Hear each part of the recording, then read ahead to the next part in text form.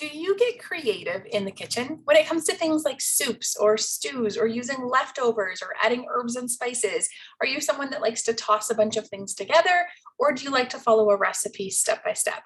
I'm more of a toss things together kind of person. And when I find something that works, I try and make a mental note to, write it down or repeat it or, have it in mind as to how to create it again in the future. However, because I'm always mixing and matching and trying new things, sometimes my recipes are never an exact science.